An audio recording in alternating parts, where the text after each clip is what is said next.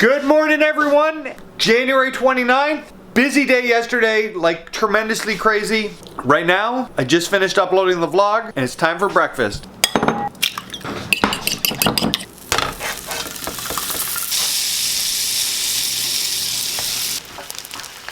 It's go time today. Alright, I just killed a giant breakfast. I'm going to take full advantage of this Sunday fun day, and I'm taking it easy. I might even go do some fun things. Well, things that I think are fun. Great day yesterday building the booth. Man, I had an amazing time. It was a great day. We vlogged about social media. Yesterday was a good day. I'm really happy with how yesterday went. Beautiful day out today. Sun is shining for one. Soak in some of that vitamin D.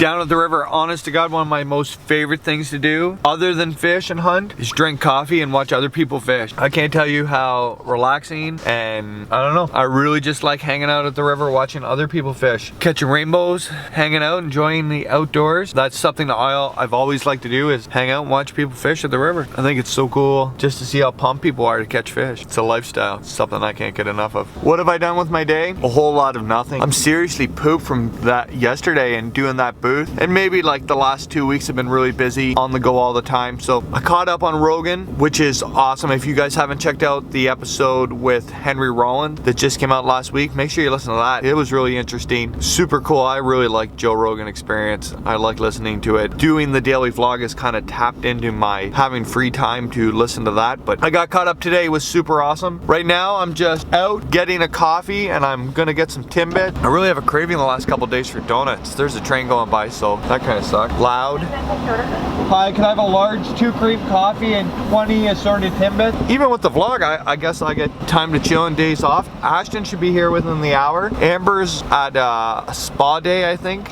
with her sister-in-law. I've just been hanging out, living the dream, getting some Timbits. That's really odd that I've had cravings the last couple days. I don't usually eat donuts at all. I had Timbits yesterday too. 3 days in a row, Timbit. And I put in a 50 pack because we have no 20 packs. No problem, thank you. You're welcome. Oh, Timbits.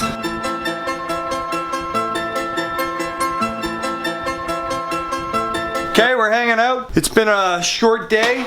Everybody's here. Say hi, Amber. Emma, say hi. Hi.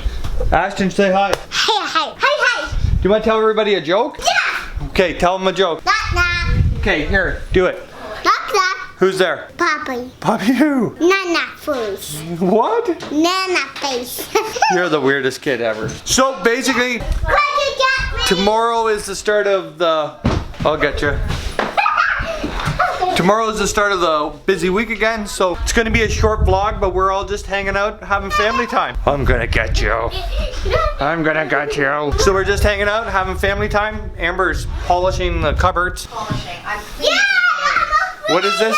What are you doing? I'm putting lipstick on a pig right now. Nice. Come here, Daddy.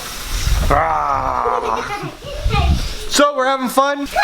Sunday, Monday starts again. Big meeting in the morning. Daddy, get me. Big meeting in the morning. What's up, teenager? Hello. I'm going to study for my homework and clean my room. No. Not you. You don't do anything. Go. Can't you get me? Peace. All right, so it's been kind of a boring day. I didn't do a whole lot all day. I kind of shut her down, coasted, spent some quality time with the family and playing with Ashman and Emma. We touched yesterday on social media and growing your social media. Don't forget to sometimes just shut it down. In the past, I've had a hard time, and if I don't really focus on not doing something, then just like weeks on end, and this is all I do. So I'm telling you the importance of family and sometimes shutting, your social media and your fishing stuff off. Spend time with your family. Important to find balance. And even though I work way more on fishing stuff than I do anything else, you got to find that balance. So today on my Facebook feed, I threw out there that since we had a short blog, we would answer a bunch of questions, and I'm going to do that now. And then I'm going to edit this, and I'm going to bed. I'm still beat from yesterday. It was it's a lot of work building that booth. Foo Fighters, great band. Went to their concert last summer, or the summer before. It's awesome. Jonathan Pugsley asked, looking to get into float fishing this year. Just wondering what a good starter setup would be for a rod and reel. Basically, float rods start at about 9.6, and then you get a 11.5, then a 10, and then a 12, and then a 13, 13.6. You get a 10.5 foot rod too. 13.6 is what I would recommend to everybody. Rather than buy something you're going to replace in a couple years, 13.6 is like the perfect length for steelheading.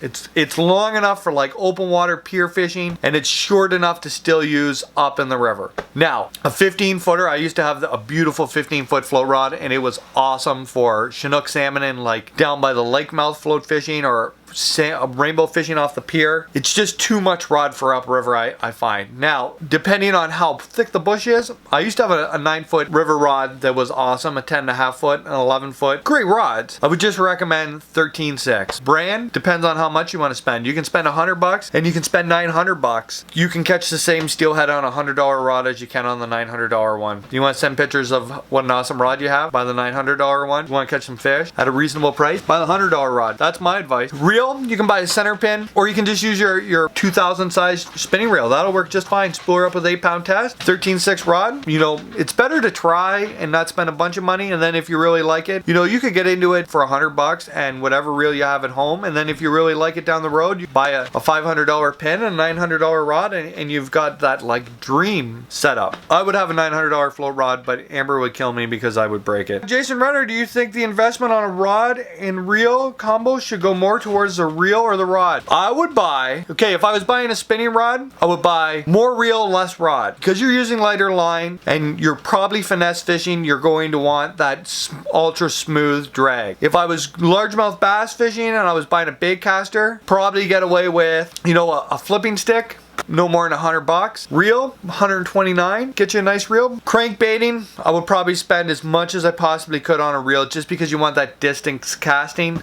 The more you spend on a bait caster reel, the less backlash and the farther you're going to cast. It all depends on your price range. If I was buying a spinning reel, rod, drop shot, tube rod reel combo, I would buy a 1-piece 7-footer, and I would spend as much money as I possibly could on a spinning reel. That's important. Mark Medeiros, what species is still on your bucket list to catch? If I could catch any species on my bucket list. I never really thought about it. Honestly, like, if I'm going to be honest, if I could catch any fish, what would it be? I'm going to say, you know what, I've already caught them, but I'd really like to go to New Zealand or like out west, Montana, somewhere, and catch great big dry fly brown trout. I've caught lots of them on like in the rivers here. I'm not really into the saltwater thing. Maybe it's because I've never done it, but I have no like huge interest in going saltwater fishing. If I had to pick a new species, honest to God, I think I would go to Alaska and I would go halibut fishing. I don't know why, it just looks ultra cool on fishing shows. Next question, Mark Hunter. Oh, that's the question everyone wants to know. The question everyone wants to ask but are too afraid. Boxers or briefs? Anybody who's been here fishing and woke me up in the morning knows I wear briefs. Jamie Bragg, what is your bass tournament prep? From tackle to practice, what do you do? Basically, if I'm going to a tournament, I research as much as I can. I'm taking a flipping stick no matter where I'm going with a black flipping mini jig, and I'm going to Google map it. I'm going to find out as much as I can. I'm going to read people's Facebook posts because they're all going to brag about it for the first 2 weeks. And basically,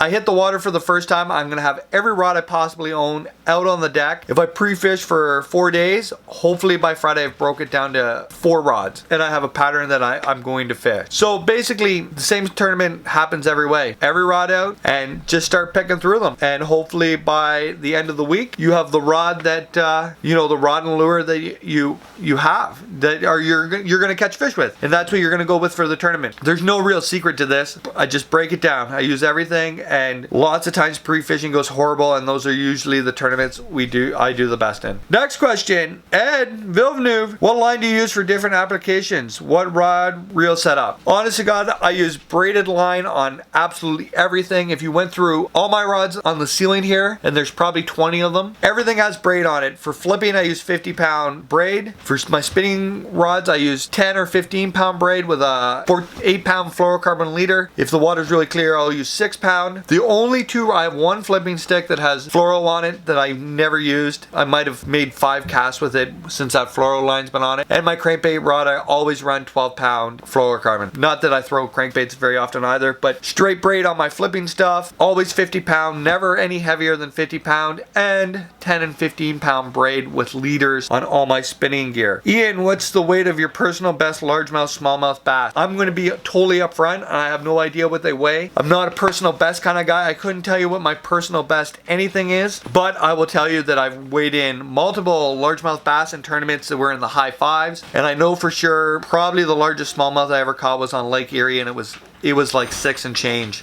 Never caught anything bigger than that. Hopefully we break those. I'll let you know in March while I'm at Lake Fork. Tristan Jewell, personal best steelhead. Again, I don't know what it weighs. I never weigh fish unless it's in a tournament. When I was about 16, I caught a steelhead on the Ganaraska River with my buddy Dan Sims opening day, and it had to have been in the 18-pound range. This big old dirty male, and I tried to find a picture of it, and it was absolutely gigantic, and for sure that's the biggest steelhead I've ever caught in my life. Chad Smith says we need to have a live audience for the webcast. We did do a show at Gagnon Sports with Dave Mercer and JP DeRose, so it's possible that we may take the podcast on the road again. That was a lot of fun. Who knows, that it's something in the future. Scott Chesser, co-angler advice, tips on proper etiquette as a co-angler. I don't really get the whole co-angler thing. Up here in Canada, almost all our tournaments are pro events, you know, so I'm not really up on, and I've never fished club events, so I'm not really uppity up on the pro-am kind of etiquette. I've never made anybody fish in the back of my boat, so that would be totally weird for me. I've never been a co-angler. I've always owned my own boat. I don't know. I guess it depends on the tournament. If this is like a professional event, let's say the Elite Series or the FLW Walmart Tour, I can see how the guy in the back of the boat really wants to catch fish, but the guy in the front of the boat is really there as the professional. So I guess just be as polite as you can be. I'm sure every angler is superstitious and different.